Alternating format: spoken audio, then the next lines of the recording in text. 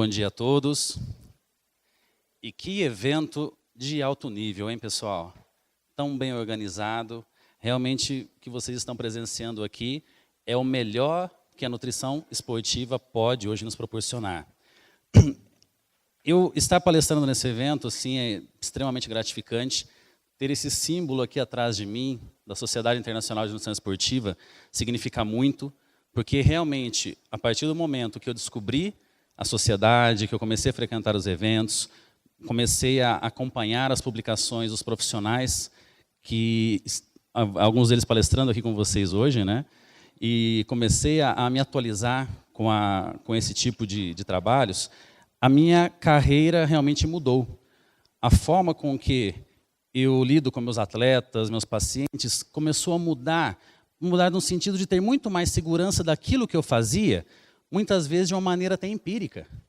Porque há 15 anos atrás, quando eu comecei, e eu já iniciei meu trabalho com uma batata quente na mão, com vários atletas de altíssimo nível, principalmente de lutas, na época do Pride, ainda não existia o UFC, mas na época do Pride eu acompanhava vários lutadores de altíssimo nível e era recém-formado. Trabalhava com fisiculturistas de altíssimo nível na época e todas as recomendações que eu aprendi na graduação e na especialização não iam de encontro com aquilo que eles faziam na prática. Eles me relatavam a rotina alimentar deles, o que eles usavam de suplementação, e era exatamente o contrário daquilo que eu tinha aprendido com aquela nutrição mais básica, uma nutrição sem tanto foco na parte esportiva.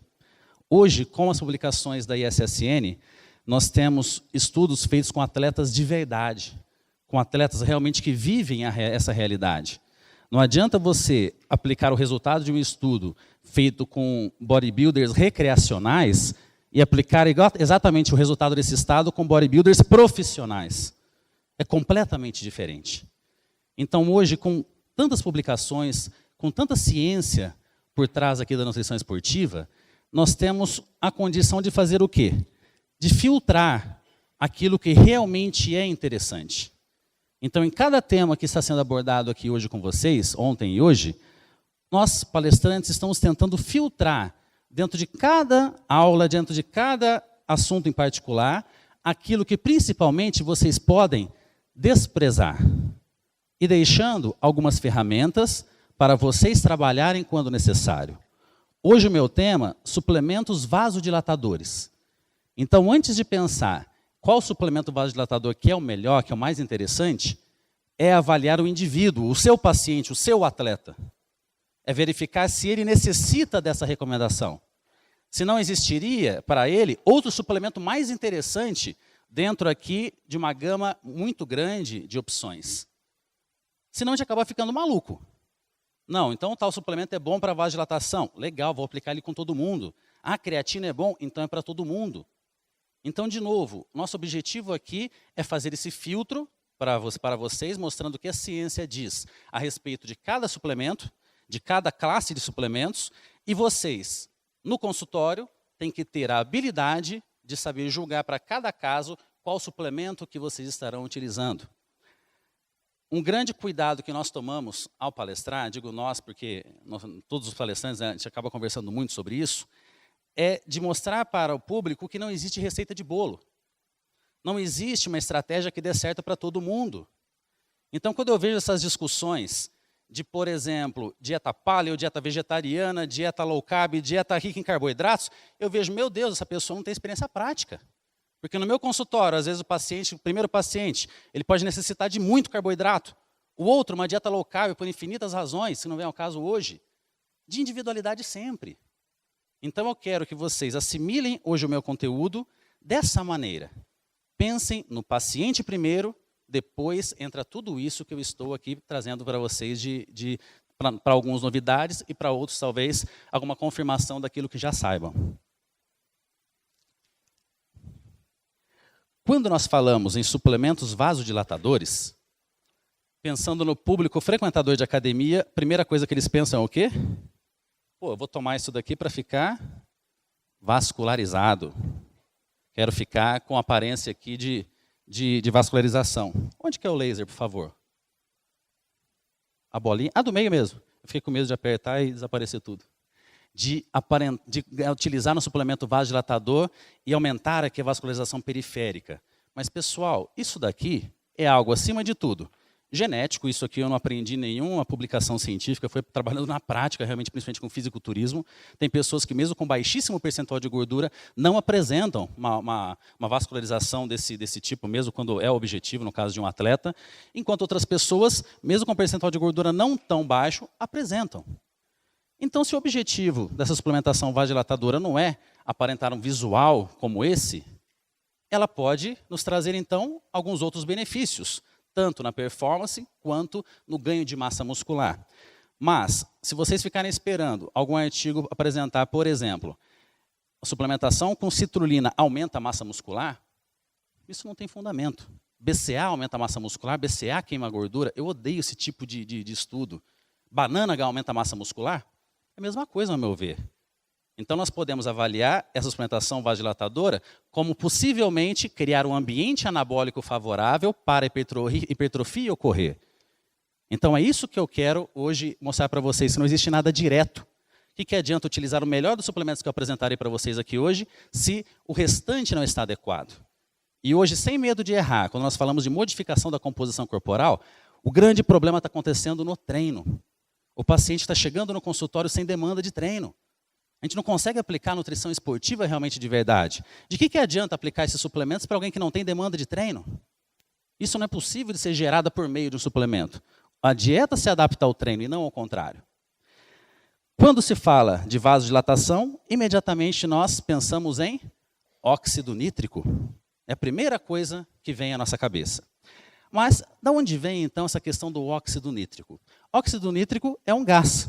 É um gás, sendo que o seu grande precursor é a arginina, e ela consegue produzir esse gás, chamado óxido nítrico, por meio da ação aqui da enzima óxido nítrico sintase. Esse gás estimula uma enzima chamada guanilciclase, que faz a degradação de guanina trifosfato para guanina monofosfato, que essa sim estimula a vasodilatação.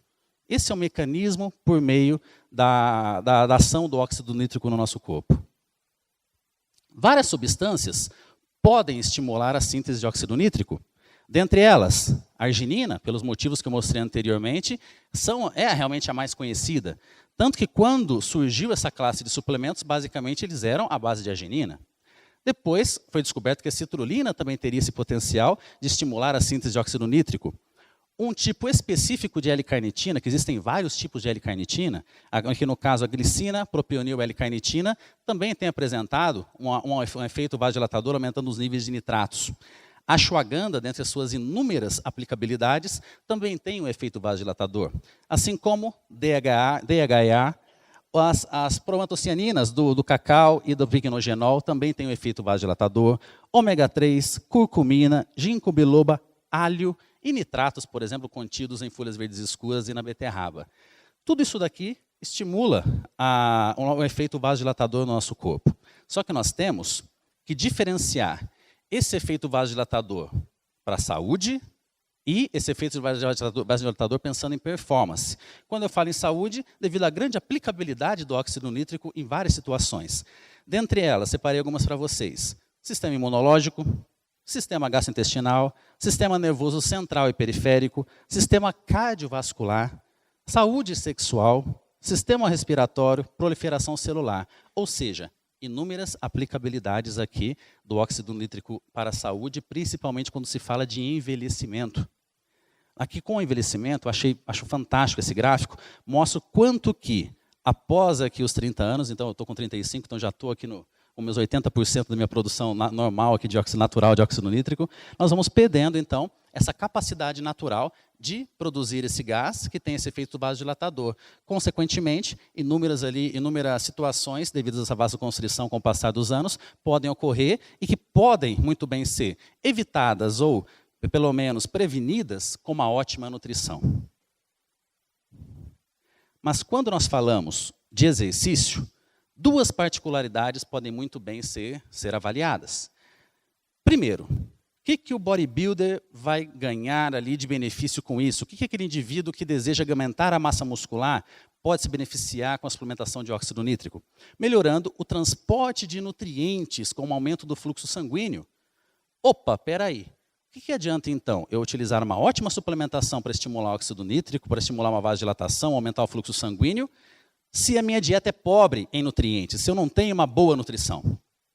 Por isso que, para elaborar uma suplementação pré-treino, independente dos componentes, nós precisamos antes elaborar o programa alimentar desse paciente. Não tem como fazer uma coisa sem a outra. Não existe profissional que elabora uma suplementação pré-treino, intratreino e pós-treino sem antes ter elaborado um programa nutricional. Então, o primeiro passo é o programa nutricional de acordo com o treino. Isso aqui é um congresso de nutrição esportiva, pessoal. Então, pensar no treino que gera demanda para tudo isso daqui que a gente está falando. Pode, portanto, otimizar uma síntese proteica, pode, portanto, melhorar uma recuperação, e sabemos que a hipertrofia está intimamente relacionada a esse processo de melhora da recuperação. Em atividades de endurance, pode melhorar, a princípio, a oxigenação celular, pode ajudar ali a melhorar a performance de uma maneira até direta. Então, isso seria o grande motivo da indústria de suplementação alimentar buscar tantos produtos para estimular essa vasodilatação, porque existe realmente um fundamento acerca de tudo isso. A questão é descobrir qual suplemento, qual a melhor maneira de utilizar, qual a sua biodisponibilidade que realmente seja apto. Vários estudos vêm há muitos anos tentando mostrar a efetividade de inúmeras substâncias com relação a esse aumento da vasodilatação no esporte. Aqui, só um exemplo de vários estudos que apresentaram bons resultados. Alguns deles feitos com a forma mais simples de arginina, a L-arginina, alguns feitos com L-citrulina, até de maneira isolada, depois vamos falar de um tipo mais específico de citrulina, também com a L-carnitina na forma glicina e propionil, L-carnitina. Então, efeitos positivos. Porém, imagina só, o estudante leu tudo isso daqui, caramba, são muito boas essas substâncias, mas daí chega nesse ponto de ler um monte de estudos que falam exatamente o contrário, que não trazem grandes resultados com relação a L-arginina, também com nitratos, também com, no caso, a L-carnitina nessa forma glicil-propionil. Que confusão, né? O que será que funciona, o que será que não funciona? Por isso a importância do senso crítico na hora de avaliar um exame, de avaliar um estudo. Começando pelo mais simples de todos, a arginina. Então, a arginina é um precursor direto de óxido nítrico. Coloquei algumas questões básicas só para relembrar. É um aminoácido condicionalmente essencial, precursor direto de óxido nítrico via óxido nítrico sintase, como eu já tinha comentado. A suplementação de L-arginina acaba sendo interessante em casos de diabetes e hipertensão, porque nessas patologias nós temos um aumento dos níveis de um complexo enzimático chamado arginase, que degrada arginina e ornitina no ciclo da ureia. Isso faz com que aumente o processo de vasoconstrição. Então, a aplicabilidade pensando no lado de saúde, é sempre importante eu citar também esse lado mais clínico dessas suplementações, que não são aplicadas somente na parte esportiva. Se fôssemos pensar na questão do treinamento, a princípio, nós vamos ir afunilando isso aqui ao longo da palestra, antes de um treinamento, de 3 a 6 gramas de arginina seria uma dose possivelmente interessante, feito, logicamente, de maneira isolada, de 40 minutos a 50 minutos, por exemplo, antes do treino, apenas uma sugestão. Ao longo do dia, poderia ser feita essa suplementação entre 15 e 18 gramas de maneira fracionada. E um grande ponto de interrogação que nós temos com relação à arginina quanto à sua biodisponibilidade. Eu mostrei vários estudos à base de L-arginina, que é a forma mais simples. Mas nós temos no mercado inúmeras formas. Arginina nitrato, arginina alfa-ketoglutarato, e são muito carentes os estudos com essas substâncias. Fica um ponto de interrogação com relação a que essa biodisponibilidade seria melhor ou não. Então, de novo, nós vamos afunilando a nossa aula ao longo aqui dos slides. Isso aqui é apenas o início.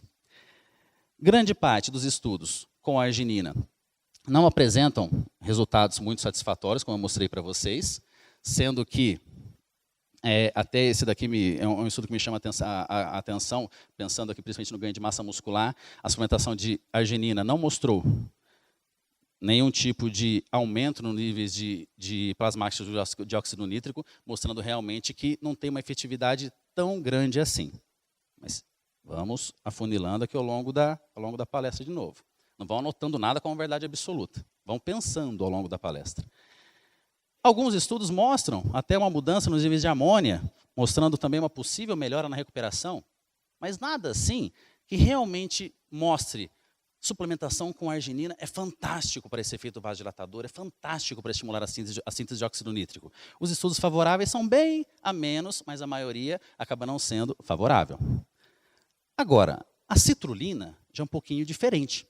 No início, os estudos isolados com citrulina não apresentavam grandes resultados, mas quando começaram a estudar a citrulina na sua forma malato, já começou a mudar ali a forma com que esses estudos foram tendo seus resultados.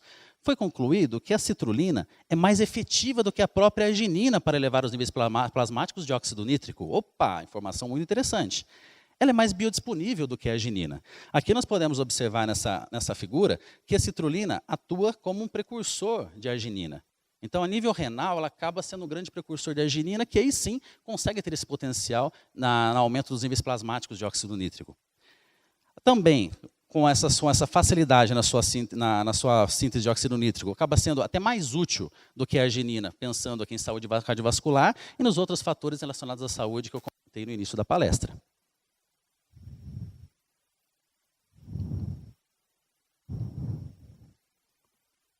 Além do efeito vasodilatador, ainda existem evidências de que a citrulina pode otimizar a síntese proteica, em conjunto atuando em sinergia com a leucina. Também rumores sobre o seu possível estímulo na síntese de GH. Para melhorar aqui o rendimento no treinamento, a dosagem seria bem diferente de uma melhora na saúde cardiovascular, pensando na saúde. Trouxe aqui para vocês terem uma ideia, sem receita de bolo, pessoal, mas entre 1 a 3 gramas para melhorar a saúde cardiovascular e uma dosagem pré-workout entre 6 e 8 gramas. Então, uma diferença muito grande, pensando aqui do público que vocês estão trabalhando. É um atleta de alto nível, vai ser um pouquinho diferente de um indivíduo que está buscando ali uma melhora na saúde cardiovascular devido, no caso, ao controle de uma pressão arterial elevada.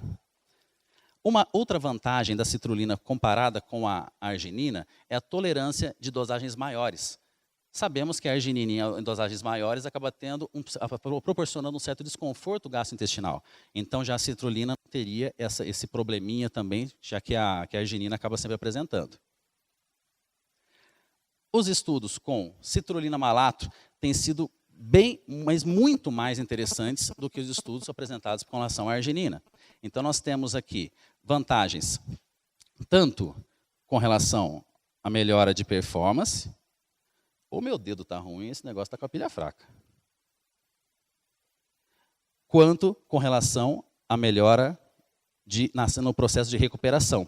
Então, como vocês podem ver aqui, melhora tanto nos níveis de óxido nítrico plasmáticos, um aumento bem agudo, que não acontece com tanta facilidade no caso da arginina, e também uma melhora no período de recuperação. Então, isso acaba sendo interessante, pensando no indivíduo que deseja hipertrofia, no indivíduo que deseja um aumento de performance, no caso, uma atividade de endurance. Então, você poderia já tirar isso como um primeiro conceito para os dois tipos de atividades. Algo bem interessante, que até, se eu não me engano, foi apresentado no ISSN do ano passado ou do ano retrasado. Um estudo mostrando que a associação de L-glutationa em conjunto com a citrulina, aumentaria não apenas os níveis de óxido nítrico plasmáticos após a suplementação, mas também aumenta o período em que esses níveis plasmáticos de óxido nítrico ficam elevados no plasma sanguíneo. Então, mostra que é um efeito sinérgico bem interessante entre citrulina e glutationa. Então, por enquanto, estamos ainda no começo da nossa aula, nós já podemos concluir que citrulina é mais interessante do que a arginina, pensando nesse efeito de vasodilatação. Então, se for utilizar algum suplemento com esse objetivo, a arginina já, tchau. Já temos a citrulina que é melhor. Se você tem algo que é melhor, por que você vai usar o outro? Ah, vou usar os dois juntos. Jogar dinheiro fora. Isso aqui nós estamos falando de suplementos que, com qualidade elevada, são caros. São caras, porque quando nós falamos de nutrição esportiva, nós temos que tomar um cuidado muito grande com o nosso atleta, também no sentido de doping. Não dá para ficar utilizando pré-treinos comerciais, pode ser a marca que for, pessoal, não confiem com o atleta que vai submeter ao doping, é a vida do atleta que está ali em risco. Então, o que nós utilizamos? A manipulação, mas com a farmácia sabendo de todo o protocolo que deve ser feito com o atleta que vai ser submetido com doping. Que seja a primeira manipulação do dia, que tenha feito uma higienização perfeita na farmácia. Se não tem essas condições, busque alguma farmácia que tenha essa estrutura. Então, uma manipulação de uma citrulina malato, uma qualidade adequada, uma dosagem adequada, não é barato.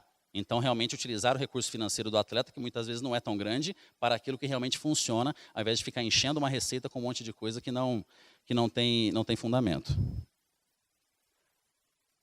Próxima substância, sulfato de agmatine. Sulfato de agmatine acaba... Você consegue uma água para mim, por favor? Será que eu pedi ali, mas estão querendo me matar de sede? Hidratação também é importante, além de tudo isso aqui.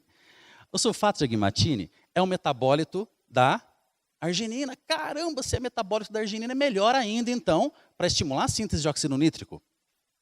A princípio, sim, mas vamos lá, vamos pensar mais um pouquinho.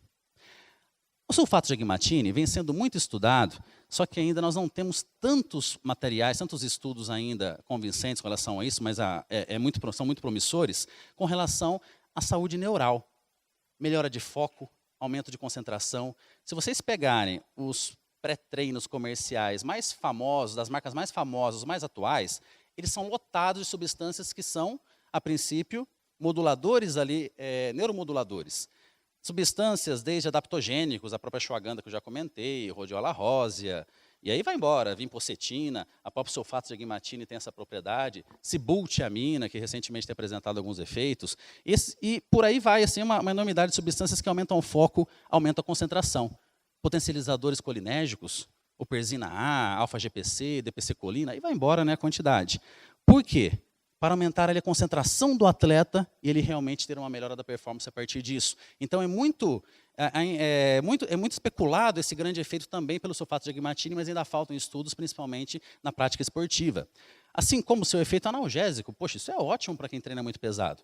Saber lidar ali melhor com a dor de um treinamento, de uma maneira que não traga nenhum tipo de dependência, nenhum tipo de efeitos colaterais. Efeito ansiolítico, tanto que tem vários estudos mostrando melhora no quadro de depressão. Obrigado, ó, veio até em taça de cristal ainda.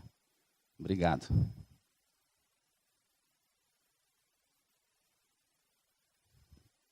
Que pode trazer... Opa, agora eu entendi porque que não deixam água aqui, está difícil de... Aqui, achei um que é durinho. Então, temos muitos estudos promissores para ainda confirmar alguns efeitos aqui do sulfato de agmatine. Outros... Possível efeito na modulação de cortisol, estimular o hormônio luteinizante, estimular a produção natural de testosterona, melhora na sensibilidade insulínica, o que é fantástico. Eu sempre digo que, quando nós temos um paciente com resistência à insulina, que nós fazendo alguma atividade física mais intensa, que a gente consiga até unir alguma capacidade de suplementos ergogênicos, que tem efeito ergogênico e também atue na resistência insulínica, acaba sendo ótimo. Até a creatina é um caso, a carnitina é outro caso. Acaba sendo muito interessante para trabalhar com o nosso paciente.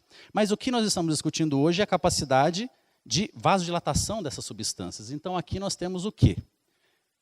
A arginina, como eu disse, é um precursor de sulfato de agmatine que, teoricamente, ajudaria na síntese de óxido nítrico. Mas olha aqui, esse risquinho, ele bloqueia a ação da óxido nítrico sintase. Então, ele não tem esse efeito de estímulo na produção de óxido nítrico, assim como a citrulina faz muito bem, como eu disse. Mas existem alguns estudos mostrando um possível efeito vasodilatador do sulfato de agmatine, mas não seria por essa via. Seria por uma outra via ainda desconhecida, que ainda pode ser que ano que vem, daqui 2 anos, 5 anos, se descubra o potencial vasodilatador muito bom, muito grande, dessa substância, que é uma substância hoje já muito comum também, nesses suplementos pré-treinos, né, que são tão populares hoje no mercado. Muito cuidado com esses suplementos pré-treinos, eu sei que às vezes a embalagem encanta, que a combinação de substâncias encanta, mas se vocês forem avaliar aquele rótulo, vocês vão encontrar substâncias como a creatina, que até ontem, em 60 segundos, eu consegui rapidinho ali falar que a melhor forma de suplementar a creatina é pós-treino, não é pré-treino. Então, que diferença que vai fazer ter lá 1 grama de creatina no pré-treino? É para encher linguiça no rótulo. Betalanina é efeito crônico, não é agudo. Para que vai fazer diferença a betalanina no pré-treino? Aí tem lá a citrulina, 1 grama. Poxa, mas vocês já viram aqui que a dosagem é muito acima disso. aí lotam de cafeína ou lotam de algum adaptogênico que seja mais barato ali para trazer um efeito naquele paciente que ele diga, nossa, isso aqui é bom. Tá, mas é bom para quê? Está estimulando o quê no organismo do seu paciente? Você tem que ter controle disso. A gente nunca pode dizer, suplemento tal é bom. Não, a gente tem que ver a substância que tem lá dentro que está trazendo esse efeito. Então nós temos que ter um cuidado muito grande para não se iludir ali com novidades do mercado, que muitas vezes são novidades embasadas no marketing, não realmente na elaboração de um produto de qualidade. Outra substância muito comum nesse sentido de efeito vasodilatador é a norvalina. O que nós temos aqui para falar a respeito da norvalina? Também é um metabólito da arginina. E ela inibe a ação aqui da enzima arginase, reduzindo a conversão de arginina em ornitina. E com isso aumentaria a concentração de plasmática de arginina, consequentemente aumentaria a síntese de óxido nítrico. Pode ser? Pode. Nós temos ainda poucos estudos para confirmar realmente esse efeito.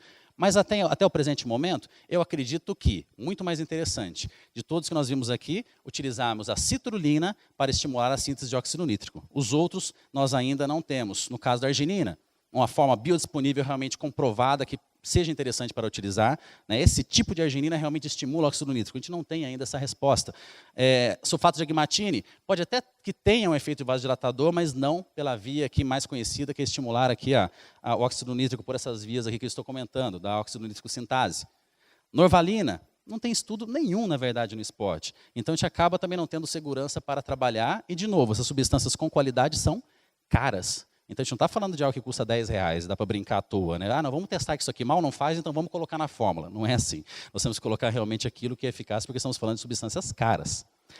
L-carnitina, que muitas vezes é criticada, mas que as pessoas não conhecem tantas aplicabilidades da L-carnitina. Tomar L-carnitina de manhã com óleo de coco para fazer aeróbico, lógico, é jogar dinheiro fora, mas, pensando em oxidação de lipídio, mas temos várias outras aplicabilidades. Uma delas, na forma glicina, propionil, L-carnitina, acaba sendo aqui esse efeito vasodilatador, mas, de novo, não é pela mesma via da síntese de óxido nítrico nitase. Dosagem sugerida, entre 1 e 4,5 gramas. Temos bastante estudos com relação a glicilpropionil L-carnitina, vários, até bem recentes, bem estruturados, mostrando benefícios. O único problema está na dosagem estabelecida. Esse estudo, por exemplo, esse anterior, ele mostra realmente benefícios aqui, tanto com relação à redução no acúmulo de lactato, que mostraria uma melhora na recuperação, quanto com relação aqui à melhora da performance realmente, devido a esse efeito vasodilatador. Mas, enquanto um estudo anterior mostra dosagens de 4,5 gramas sendo bem efetivas, esse outro estudo mostra dosagens aqui em torno de 1 grama, 1,5 gramas, sendo mais efetivas do que as dosagens anteriores de 4,5 gramas. Mas aí, pessoal, dosagem, ao meu ver, é algo que o profissional tem que fazer no consultório com o seu paciente. Lógico, a gente tem que ter um padrão mínimo e um padrão máximo para trabalhar, mas aqui vai depender de cada caso, de cada estrutura, de cada ideia que vocês têm cada estratégia que vocês têm para o seu paciente, que o artigo nunca vai trazer isso mastigado para vocês. Uma estratégia que, falando de óxido nítrico rapidamente, que a gente poderia utilizar, é deixar um efeito mais agudo num dia específico de uma prova. Um atleta de alguma modalidade de atletismo, que precisa de uma ótima performance na sua prova. Durante o período de treinamento, vocês poderiam talvez usar uma dosagem mais baixa, para dar um pico ali, uma dosagem aguda, no dia mais realmente importante, que é o dia da competição. Lógico, fazendo pelo menos 1 ou 2 testes em treinos mais intensos. Isso é muito interessante, a gente usa muito isso com várias substâncias, adaptogênicos, potencializadores colinérgicos, de dar uma dose aguda para o atleta no dia da sua competição. E durante o período de treinamento, utilizar uma dose mais moderada. Isso realmente é algo muito prático, é muito algo do feeling do profissional ali no seu dia a dia. Batendo de novo nessa tecla, o profissional que trabalha com esporte, ele tem que ter uma característica muito peculiar para lidar com o atleta. Toda semana, como eu trabalho com atletas de várias modalidades, toda semana eu tenho 1 ou 2 ou 3 ou um monte de atletas competindo em várias modalidades. E dificilmente, sendo bem sincero, o planejado ocorre do jeitinho que você gostaria. Sempre acontece uma coisa ou outra que você tem que ter uma ideia na última hora para ajustar esse trabalho com o atleta. Às vezes um atleta vai disputar uma luta e ele tem que atingir um determinado peso. Você fez um trabalho impecável. O atleta está lá faltando 2 quilos, faltando 2 dias antes da luta, o quê? Falando de desidratação, utilizando métodos naturais, aumentar, diminuir a injeção de água, coisas bem simples. Você consegue bater esse peso brincando. Mas aí o atleta pega ali uma intoxicação alimentar, algum problema, alguma coisa que acontece bem no dia, é incrível. Você tem que ter aquela velocidade para já dar uma resposta imediata para o paciente. E o atleta, você nunca pode dizer pode ser. Imagina, o cara vai competir. Ah, será? Olha, faz assim, mas vamos ver. Não pode. Faz assim. É isso. Nunca pode deixar o atleta em dúvida. Na dúvida, uma dica, igual ontem à noite. Umas 11 horas da noite, uma atleta, falando de fisiculturismo, categoria wellness, ela vai competir hoje, um campeonato que não é tão importante, mas a atleta tem um potencial muito grande. Então, é um campeonato que ela não pode ir mal.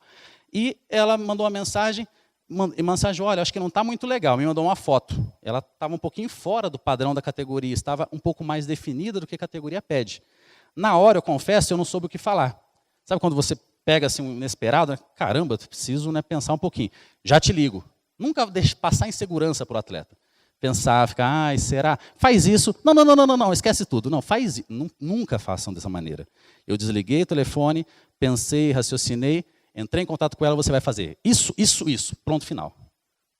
A forma com que você lida com o atleta é tão importante quanto o seu conhecimento de nutrição.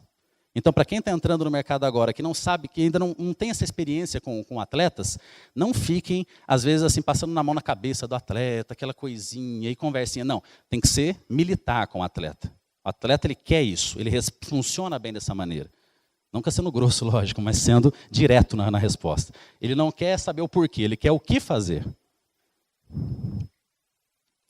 Falando de algo que se tornou muito popular recentemente, o uso de nitratos como efeito vasodilatador. O que é muito conhecido, folhas verdes escuras, beterraba. Né? Eu vejo uma galera aí tomando suco de beterraba aí antes do exercício agora, né, que realmente se popularizou essa maneira, porque é uma maneira barata e, como nós vamos ver, eficaz de estimular ali essa vasodilatação. Mas será que é tão simples assim? Dosagem. Vamos pensar aqui no indivíduo de 70 quilos. Ele teria que consumir praticamente 500 gramas de beterraba. Tem que fazer um suco muito bem concentrado para ter realmente essa quantidade de nitratos eficaz para o efeito vasodilatador. Se é um indivíduo com 90, 100 quilos, o negócio vai complicando. Vai ficando mais difícil de atingir essa quantidade necessária. Então, pensando num atleta de uma maneira individual, vocês têm que ver se a ingestão calórica total da dieta do seu paciente comporta essa ingestão calórica. Se é um paciente com resistência à insulina, metabolismo super baixo, dieta baixa em carboidrato, porque realmente é a necessidade daquele paciente, mesmo com gasto de energia alto, muitas vezes a dieta tem que ser restrita em carboidrato, baixa em caloria, mesmo às vezes para ganho de massa muscular, por incrível que pareça. Confuso, né? Mas isso é de individualidade biológica. Então, para esse indivíduo, você não vai ficar entupindo ele de beterraba como pré-treino. Você vai utilizar, se necessário, outras estratégias. Mas agora, alguém com gasto de energia alto, metabolismo acelerado, ótima sensibilidade insulínica, um atleta de triatlo, por exemplo, muitas vezes acaba sendo interessantíssimo essa suplementação. Até essas 250 calorias acabam sendo bem-vindas para um atleta que necessita de um suporte calórico muito alto. Então não adianta nada a gente ter o conhecimento de que beterraba é uma ótima fonte de nitrato que estimula o efeito vasodilatador. Nós precisamos primeiro conhecer o indivíduo. Isso aqui é nossa obrigação de saber. Hoje em dia, a informação à distância é o polegar e o computador. Então, nós, como profissionais, temos o dever de saber tudo e mais um pouco a respeito de cada um dos suplementos. Isso que nós estamos fazendo aqui hoje é nossa obrigação, de estarmos aqui sempre atualizados. Qual que é a diferença entre os profissionais hoje? Você conseguir pegar essa informação, que todo mundo a princípio tem, e aplicar ali para o seu paciente na hora que ele precisa. Então, realmente, ali um efeito de um lado de concentração do profissional no consultório acaba sendo fundamental. Eu sou muito chato no consultório, eu sou outra pessoa na hora que eu estou trabalhando, não chato com o paciente, chato com o ambiente do consultório. Eu não deixo ninguém entrar na minha sala. Secretária, às vezes eu fico 2, 3 semanas sem ver a secretária. Ela simplesmente deixa o paciente na porta, entra e tal. Eu fico isolado na minha sala, concentrado o tempo inteiro no trabalho, por quê? Ficar discutindo ali com horas e horas, no caso, batendo um papo sobre efeito de óxido nítrico é uma delícia. Isso aqui que a gente está fazendo é muito gostoso. Agora, com uma sala de espera cheia, o paciente ali contando que brigou com a vizinha ontem, ou quando é casal, né, o casal começa a brigar porque um falou que faz dieta, outro fala que não faz, aquela loucura, você tem que estar concentrado ali pensando no que você vai prescrever para esse paciente, em questão de segundos, porque um profissional sério não manda dieta depois de uma semana por e-mail, não. O profissional sério, pelo menos uma recomendação básica, ele passa na hora. E a nossa obrigação realmente é fazer com que o paciente não saia da sua sala vendo navios, né? Poxa, achei que já ia começar hoje. Nem que seja uma recomendação básica, né? Se você ainda não tem a habilidade de calcular um cardápio ali no momento da consulta, então, recomendação básica, para o quanto antes de apresentar o trabalho ali para o seu paciente. Que eu acho que quando eu comecei meu trabalho, não existia essa facilidade com e-mails, né? Então, eu comecei no papel ali, foi muito bom, eu calculava cardápio na mão, né? Fui ter computador depois de uns meses de trabalho. Então, e aquilo me deixou me mostrou que o paciente quer ouvir você explicar alguma coisa para ele, não simplesmente mandar por e-mail essa dieta, como eu vejo muita gente fazendo, né? A tecnologia muitas vezes atrapalha, né? Falta esse lado mais humano ali entre os pacientes. Falando em tecnologia, o nutricionista esportivo falando de estética, tem que pegar no paciente. Não é ficar isolado na sala recebendo um papelzinho com a bioimpedância e elaborar um trabalho a partir daquilo. Não façam isso. Você tem que ver o paciente. Ontem, o Jordan comentando sobre a dificuldade de avaliação da composição corporal, as limitações que nós temos. E isso eu aprendi aonde? Fisiculturismo. Percentual de gordura de fisiculturismo? A maioria dos atletas eu nem sei. Às vezes a gente mede para saber por curiosidade. Mas não é um dado importante. É visual. E isso nós temos que utilizar também com nossos pacientes no nosso dia a dia, no consultório, que querem a melhor estética. Como é que você vai julgar o paciente com o número? Tem que ver o paciente. Por isso que a consulta em 20 minutos, como muita gente faz, é impossível, né? Realmente nós precisamos de um tempo hábil aqui para essa conduta. A maior parte dos estudos relacionados ao uso de nitratos no esporte têm sido interessantes. Mesmo aqueles, né, até com esse aqui de atletas de crossfit, que não apresentou até alguns resultados tão esperados, como aumento de força, por exemplo, apresentou alguns efeitos interessantes com relação à suplementação de nitratos. E a grande parte dos estudos recentes, até na revistinha de vocês, um trabalho apresentado hoje do meu amigo, né, o Dr. Érico Caperuto, um dos trabalhos dele, apresenta ali melhora na performance com o uso de nitratos. Então, realmente, assim, é muito vasta a literatura hoje com os benefícios dessa suplementação. Então, o que eu disse no início da aula, nós temos que filtrar, chutar para o lado aquilo que a gente viu que não é efetivo ou ainda não vale a pena utilizar e manter no nosso arsenal aquilo que realmente funciona. Isso é uma coisa que funciona. Os nitratos funcionam. Então, um suquinho de beterraba para o atleta que não tem condição de utilizar uma citrulina e que tem um gasto energético elevado, que encaixe ali esse valor calórico na sua dieta, perfeito, é uma excelente recomendação. Uma substância que não é estimulante da síntese de óxido nítrico, mas tem um grande efeito vasodilatador, é o glicerol. Glicerol existe há muito tempo. Quando eu comecei o meu trabalho com nutrição, na verdade eu fazia estágio, né, com um profissional que vários de vocês conhecem, o professor Valdemar Guimarães. Eu fazia estágio com fisiculturistas. E naquela época, né, em 1999, mais ou menos, nós utilizávamos glicerol com nossos atletas de fisiculturismo pensando no efeito vasodilatador. Aí o glicerol meio que morreu. Né? Nunca mais ouvi falar dele durante um bom tempo e, recentemente, tem apresentado ali novos estudos, grandes... ele tem aparecido, principalmente nessas fórmulas dos pré-treinos, devido realmente a esse efeito vasodilatador que tinha ficado um pouquinho adormecido. Esse efeito vem da sua ótima ação higroscópica. Ele tem uma capacidade de se unir à molécula de água muito grande. Então, por isso que ele é tão comum no Endurance para promover uma hiperidratação. Então, no Endurance, o glicerol é muito conhecido. Só que, na parte de musculação, acaba não tendo esse efeito tão pronunciado, tão popularizado, assim como outras substâncias. Aí fica aquela dúvida. Será que o glicerol aumentaria o transporte de nutrientes por esse efeito vasodilatador? Nós não temos estudo sobre isso ainda. Mas devido à indústria de alimentos, a indústria de suplementos, estar utilizando tanto essa substância nos seus pré-treinos, agora vai começar a surgir um monte de estudo com certeza. Isso é algo até que me deixa chateado, pensando nessa relação nutricionista com a indústria, porque hoje ainda a indústria que rege esse mercado, ela tem que descobrir, quem tem que mandar nesse mercado é a gente. Nós que temos que identificar as substâncias interessantes e como consultores de empresas de suplementação alimentar, assim como eu faço esse trabalho no Brasil, o Schalks, que palestrou ontem para vocês, faz esse trabalho nos Estados Unidos, com certeza aqui várias outras pessoas também fazem. Minha amiga Era Casago, que estava aqui ontem, não sei se ela está por aqui. Érica? Não deve estar por aqui hoje, mas estava aqui ontem conosco, faz esse trabalho há muitos e muitos anos.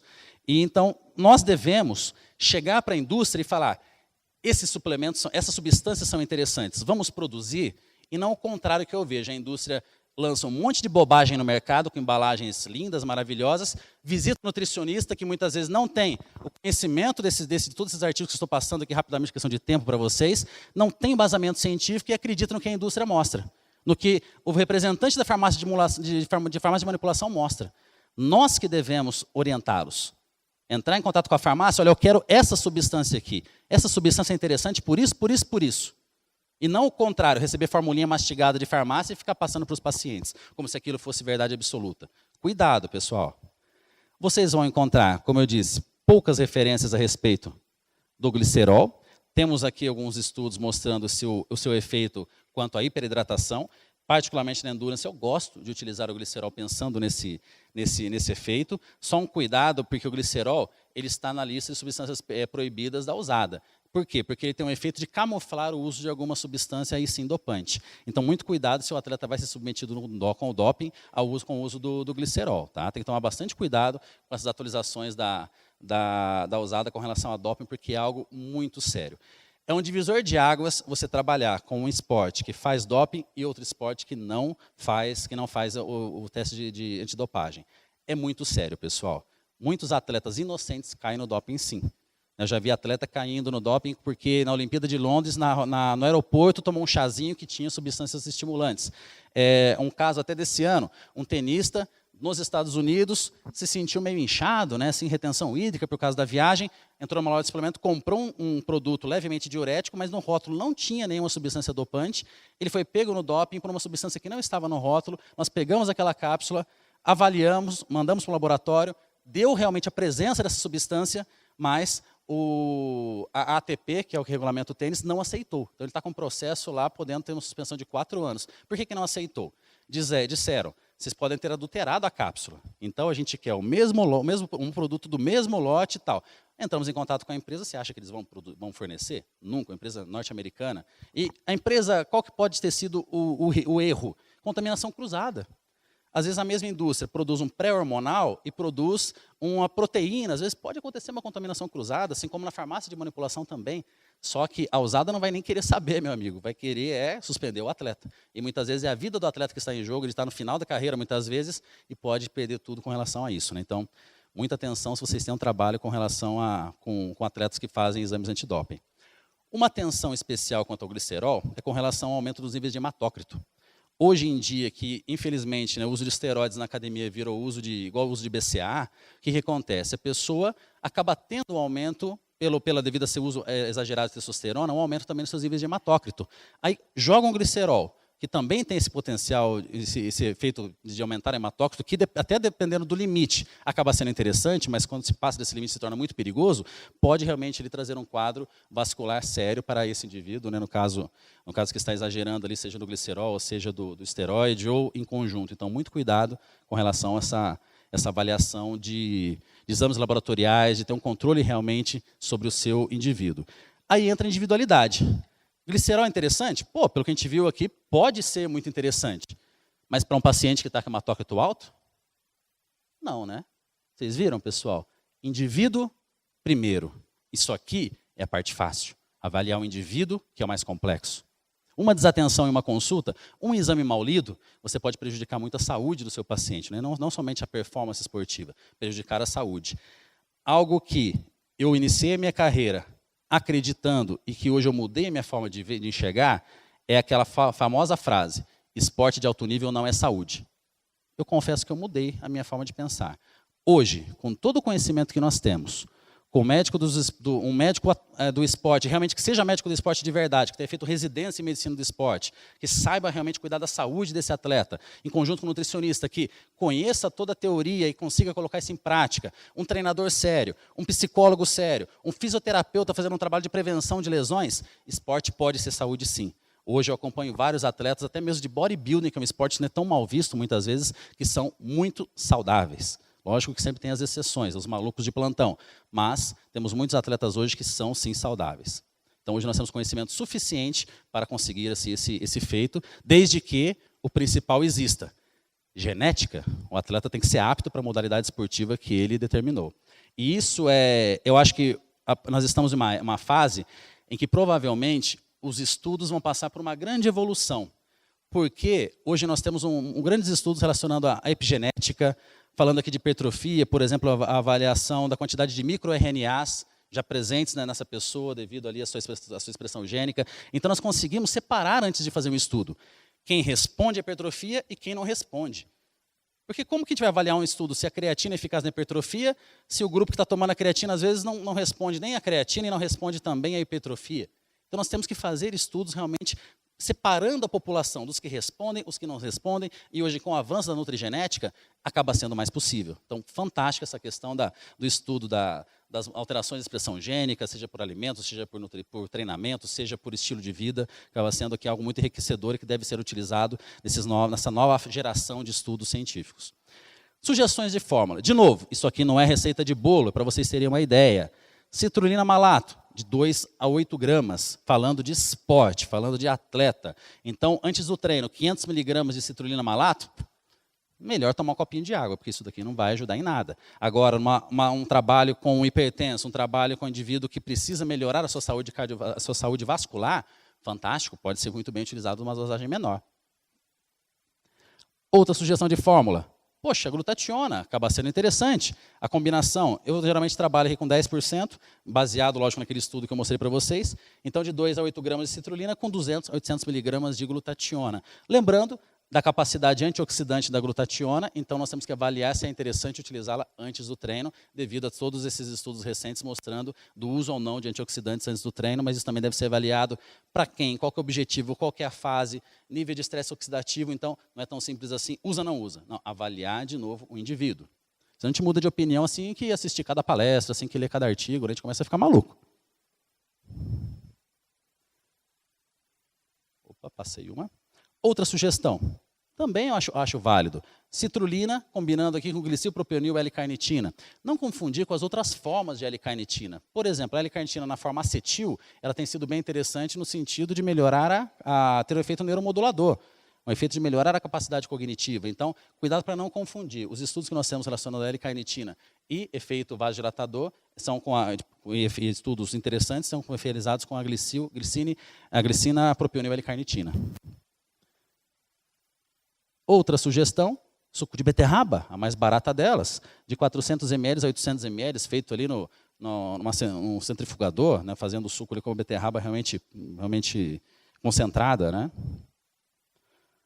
Ou, por que não, são vias diferentes. Citrulina e suco de beterraba juntas, também pode ser muito interessante, é outra combinação que pode ser utilizada. Outra forma também, citrulina glicerol com suco de beterraba. 3 maneiras diferentes de você estimular o efeito vasodilatador. Mas agora, imagina um paciente que, mesmo com treino intenso e tudo mais, nunca usou uma substância vasodilatadora na vida. Você vai lá e monta uma fórmula dessa. Você vai causar uma hipotensão no cidadão, ele vai desmaiar na primeira vez, na hora que ele levantar da cadeira, depois de ter tomado isso. Então tem que ter muita calma, muita técnica para fazer essa individualização na suplementação. Então, muitas vezes, começa com a citrulina, vai vendo benefício, vai ouvindo o seu paciente, vai vendo os relatos. Teve melhora da performance, porque assim como creatina, assim como qualquer outra suplementação, existem os que respondem e os que não respondem. Então, observar se a resposta está respondendo a citrulina, mantém. Ou então, não está respondendo, vamos tentar outra forma. Tentar com glicerol, tentar com o suco de beterraba, tentar com outras alternativas aqui, a L-carnitina, como eu disse, na forma glicina propeonil. E a mais power de todas seria unir aquelas substâncias que nós temos fundamentação científica, que nós temos evidências para estarmos utilizando. Mas, de novo, isso aqui é algo muito concentrado. Eu confesso que eu acho que eu nunca montei uma fórmula tão concentrada assim para um atleta. Por quê? O suplemento é caro, gente. Isso aqui sai caro. Uma whey é cara. uma creatina, um aminoácido, tudo é caro. Então, nós temos que pensar na viabilidade financeira do nosso paciente. Então, muitas vezes, nós temos um paciente que é milionário, mas não tem demanda de treino. Para que você vai colocar um monte de suplemento para ele? Para quê? Você deve avaliar o treinamento do seu paciente, não o bolso dele.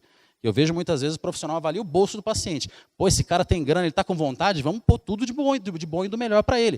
O que adianta? Ele não tem demanda de treino. Bobagem. E utilizar subdosagens?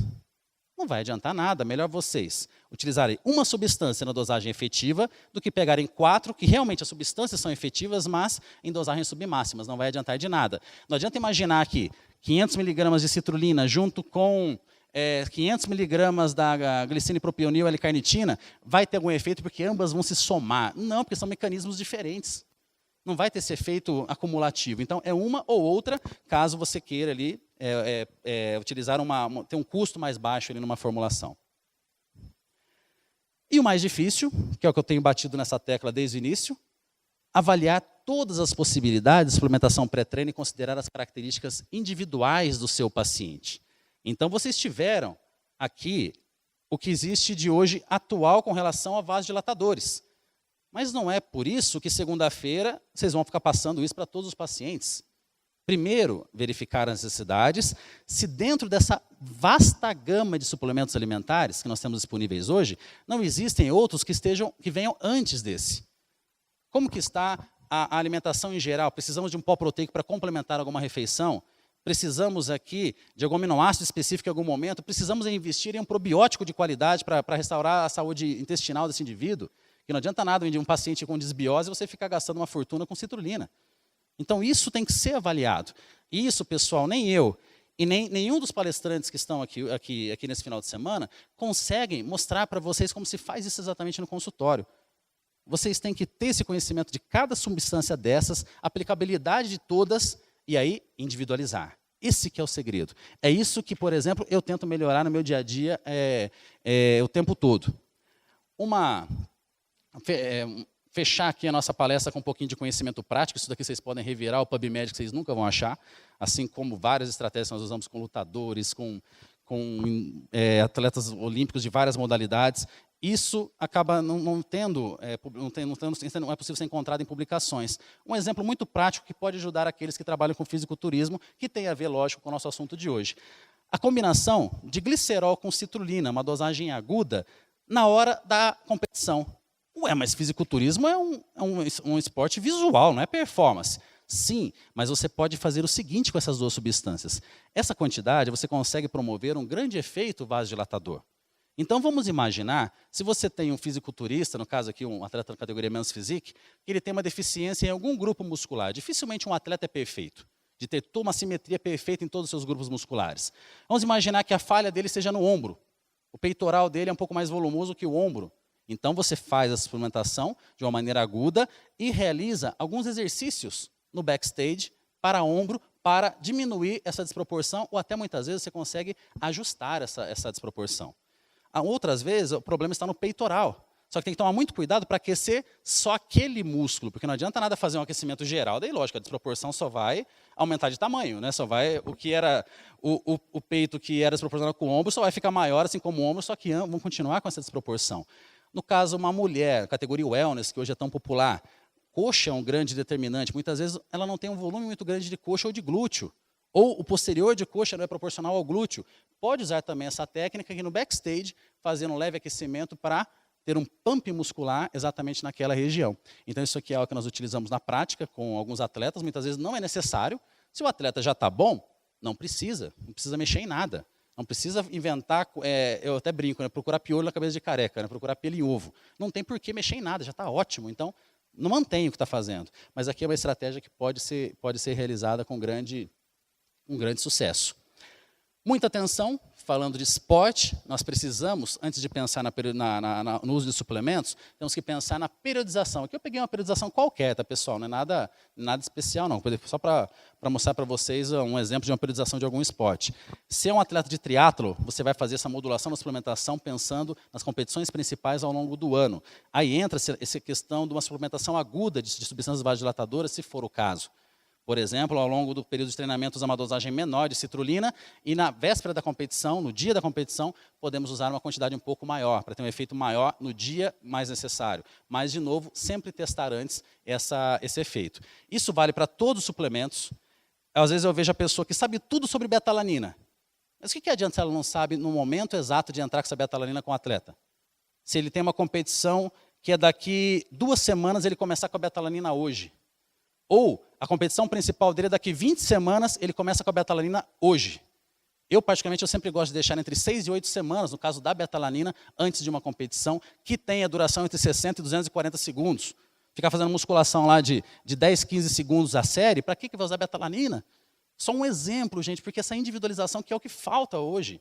Saber tudo de todos os suplementos é moleza. O difícil é compreender o esporte, compreender o indivíduo e fazer aí sim a suplementação. Por isso que eu fiz questão de trazer esse slide para vocês. Concluindo tudo isso que eu comentei, vamos lá para o nosso resuminho.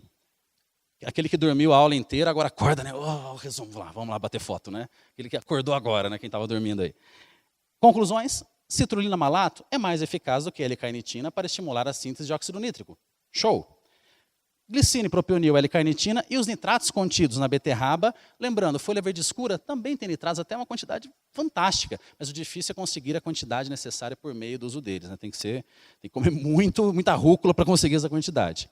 São boas alternativas, portanto, para aumentar os níveis plasmáticos de óxido nítrico, sem necessitar da ação direta da enzima óxido nítrico sintase. A agmatina e sulfato e norvalina tem várias propriedades interessantes, como eu disse, até principalmente a sulfato de agmatina, questão neuromoduladora, só que ainda são necessários mais estudos sobre o seu real efeito vasodilatador. Lembrando que ela inibe a ação da óxido nítrico sintase, então se o objetivo for estimular óxido nítrico, não é interessante, mas pode ser que ela tenha um outro mecanismo vasodilatador que possa ser descoberto no futuro, quem sabe presente, futuro próximo. Glicerol não aumenta os níveis de óxido nítrico, mas é um poderoso expansor plasmático devido ao seu efeito higroscópico. E o importante, saiba combinar os diversos suplementos comprovados cientificamente de acordo com a individualidade do indivíduo. Sempre lembrando, características metabólicas, exercício praticado. Não adianta nada você entender que, igual no caso da betalanina, pode ser interessante para uma modalidade e para outra não. E você querer usar aquele mesmo suplemento para todas elas. Entender o metabolismo energético de cada modalidade esportiva. E condição financeira. Eu tenho atletas no consultório que têm uma demanda energética absurda, treinamento extremamente intenso, mas não tem condição financeira para estar ali mantendo uma suplementação de tão alto nível. Pô, mas como é que paga a sua consulta? Eu acho que é o dever do nutricionista esportivo ajudar o crescimento do esporte, atendendo sim alguns atletas com grande potencial, graça sim.